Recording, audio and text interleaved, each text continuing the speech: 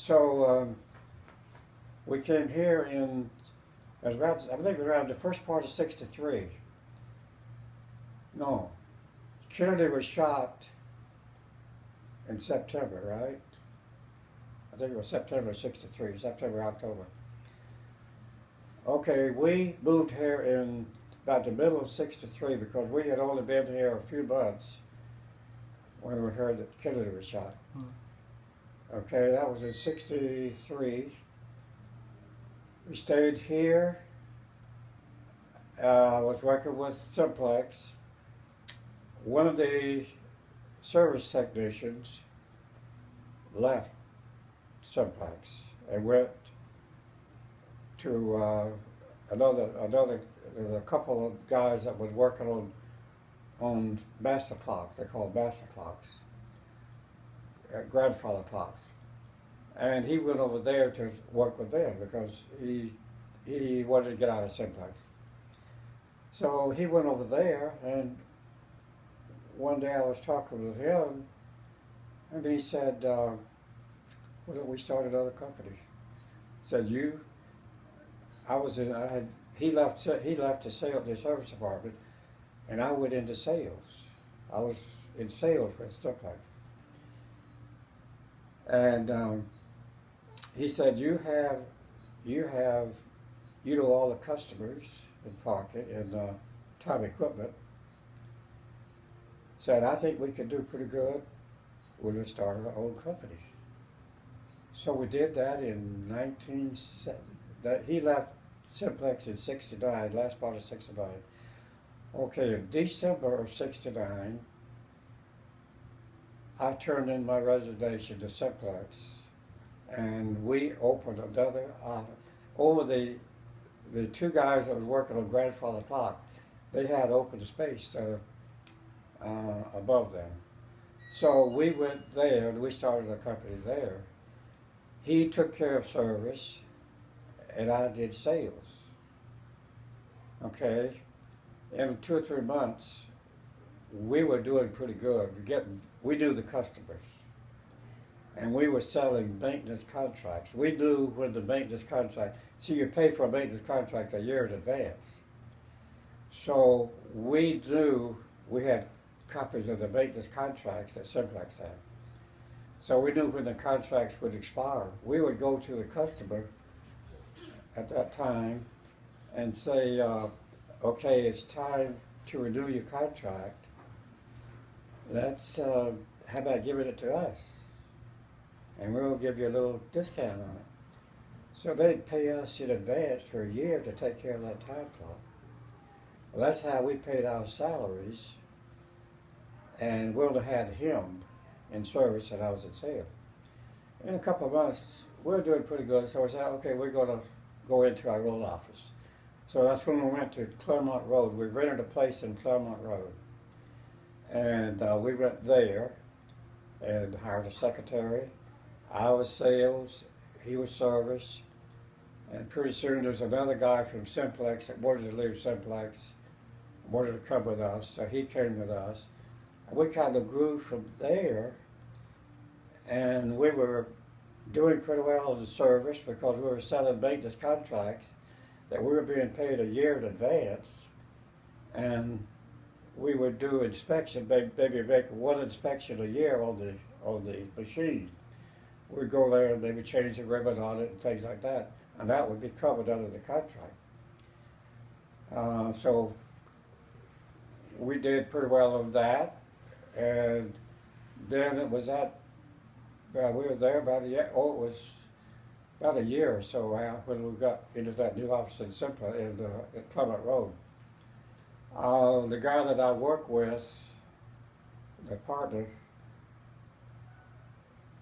his wife, he found out his wife was going around with her boss. They worked with Lockheed Georgia's company. They lived in Marietta.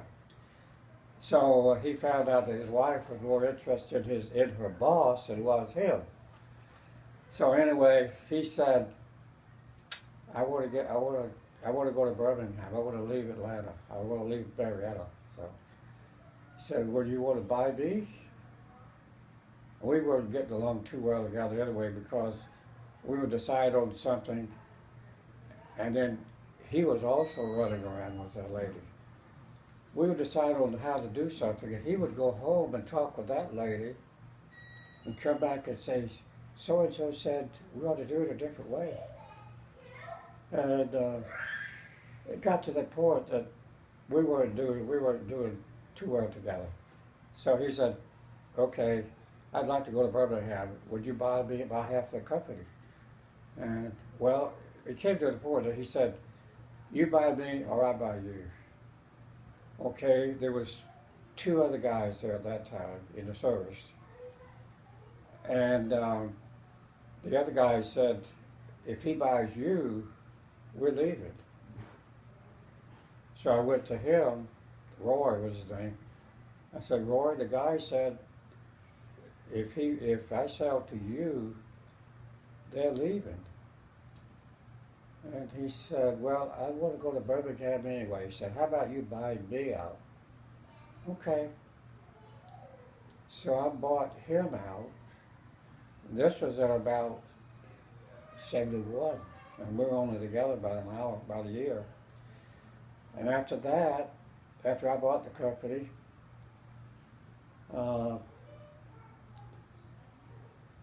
Mike, he was working with a bank, and he wanted to change. So he came with us, Mike Gibbons, he came with us in sales. Okay, so he was sales, and I was sales. And we had another guy that came with us, also left someplace that came, and we made him a service manager. And there was about three guys in service, and Mike and I was in sales, and we had a secretary that took care of the office. We did that from about 71. Then we stayed in Claremont Road until about 80. I think we stayed there about 9 years, from 71 until about 80. And it was near an airport. It was a cab airport. The planes were taken off right over the office. And that turned out to be a nuisance. So I bought a lot, the one where the ITR office is now. And it's in the Tucker area near North Lake. I wanted a place, an office near the interstate. I just finished 285. And I wanted a place that would be convenient for the service techs to get into South Atlanta instead of having to go through the traffic to Atlanta. So I looked around and saw this lot, Montreal Way, and I bought it, and I had the office building built. And so we moved there, I think it was around 80, 81, something like that. And we stayed there until, I think it was about 88, 89. We were just in time equipment. And that's all we saw was time equipment. Well, someone from parking came to us, said, would you like to get into parking equipment? So Mike and I got together and said, let's check it out. And I think it's called APD. It was parking equipment. And it turned out that they didn't have an office here, but they had a sales rep. And they wanted someone to sell their products. So we started, that's when we hired a guy just for parking, and I worked with him. He's still with the company. So we started servicing some of their equipment and started selling it. That was in about 81, 82. We did that, and parking started picking up. See, it was bigger. We had planned on, when I built the office, I said, okay, we're going to live on one side, we're going to rent out the other side. Well, it turned out that when we got into parking, we didn't rent out anything. We needed, because that was bigger equipment. And we just tore the division out, the wall out that we had between the two areas, and we used the whole thing because parking equipment was much bigger than time clocks. And of course then parking equipment started growing, and about when I turned 65, that was in 25, 40. Anyway, when I turned 65, I wanted to get out of it. I was going to sell.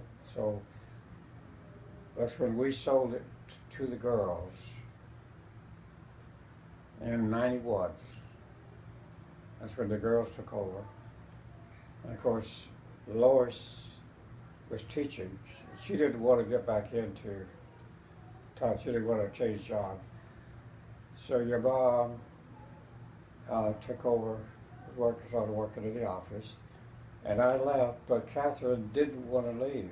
She wanted to work. So she worked there, continued until it was '91, and that's when we sold it, but she wanted to continue working there for a while. But she gradually got out later. And then I got out and turned up things over to Carol.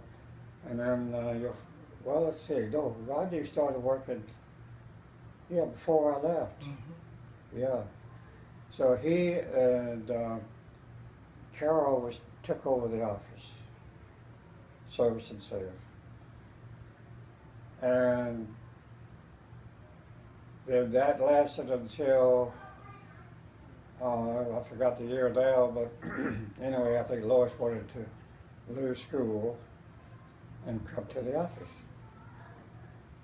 And, as you know, that didn't work out too well.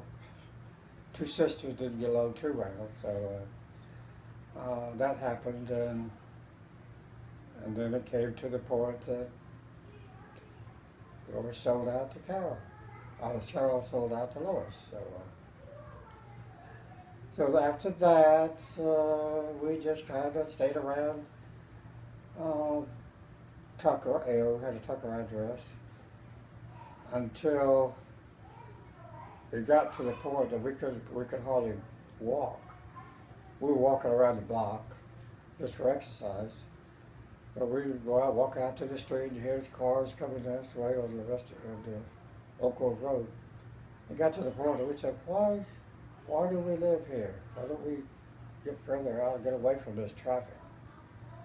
So I finally talked Catherine into putting the house up for sale. And we started looking around. And we must have looked at 50, well, the realtor lady that we got with was the daughter-in-law of a couple that went to our church. So he said she could help you find a house. So we got with her. He showed us all around all this area, Canton, Ball Ground, Macedonia, and all these areas. And we must have looked at 50 houses. Anyway, she was driving by out here on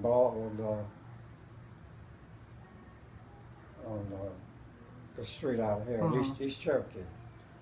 She said, I want to show you a place that I took my father-in-law and he liked it. I want to show it to you and see what you think about it. So she drove in here.